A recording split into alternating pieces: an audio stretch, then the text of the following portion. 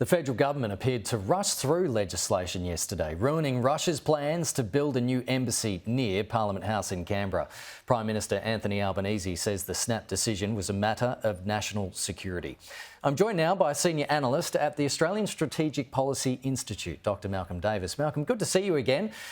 So the security risk with the proximity of the site being so close to Parliament House in Canberra, what exactly were the security risks or are the security risks that Canberra is worried about?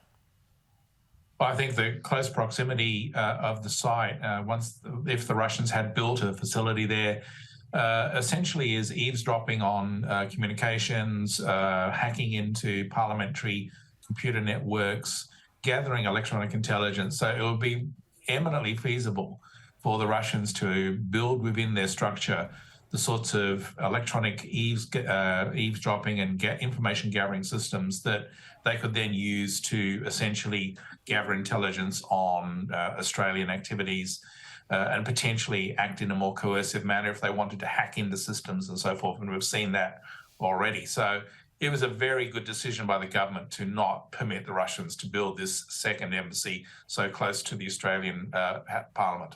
And do you think that the government had further evidence that they were planning to do that on this particular site, or has this just been cautious considering the times we're in at the moment?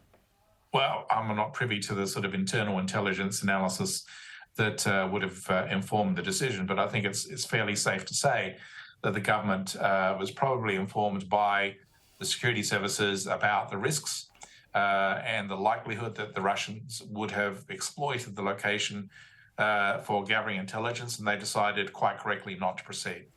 A crisis group has been set up and daily talks are going on as investigations continue over a hack on major law firm HWL Ebsworth. The law firm has contracts across 40 government departments, including Defence and Foreign Affairs.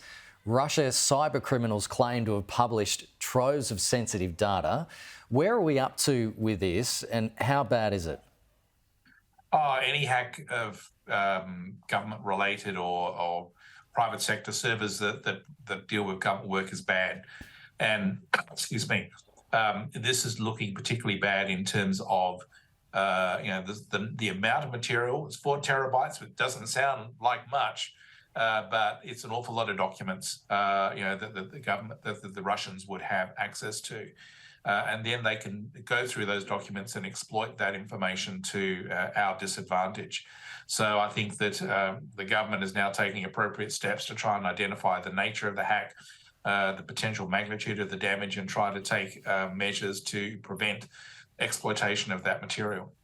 Is the media likely able to find out what this material was and just how much of a security risk it is in the future? It's unlikely that the media will be given a detailed briefing on exactly what was taken, but I think that the government would be wise to sort of take measures in the future to ensure this sort of thing doesn't happen again. You may recall some years back, the Chinese government hacked into the Australian Parliament system. And so there's been a series of these hacker attacks on Australian government interests over the last few years by the Chinese and the Russians. And so we do need to start taking more assertive measures to be more proactive to prevent these sorts of attacks in the future.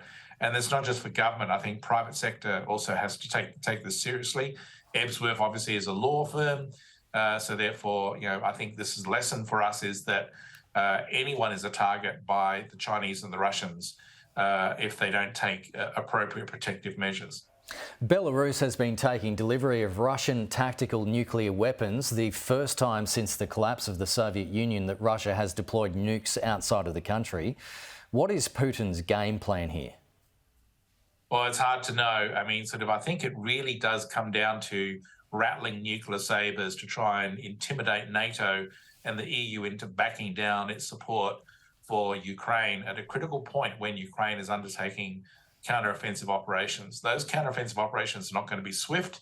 They're going to be prolonged. They're going to be challenging for the Ukrainians. They're going to take losses, as we've already seen. And so the Russians are going to try and use nuclear threats, implicit and explicit, to try and intimidate the West into backing off from supporting Ukraine And if the West were to blink, then that could turn the tide in favour of the Russians. So what we have to do is make sure we don't blink. We have to maintain our support for the Ukrainians. Those nuclear weapons, I think, are clearly a threat to NATO.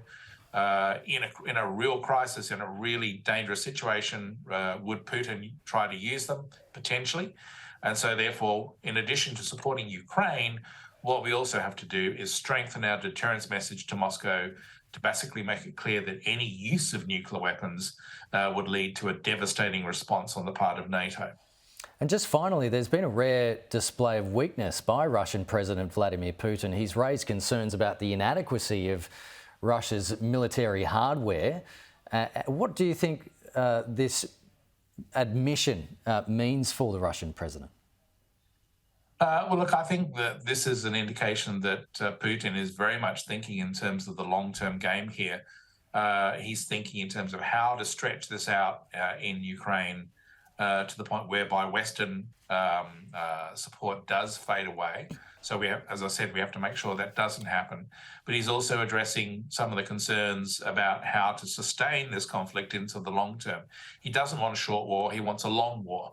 And so therefore he's basically identifying areas where clearly the Russians do have a lot of weaknesses, and they have so many more weaknesses than just those areas you're talking about. But he's identifying those areas that need to be addressed quickly in order to ensure that Russia can drag this out to the point whereby, as Putin is hoping, the West does lose support for Ukraine, and then Russia can have a chance of winning. We have to prevent that from happening at all costs.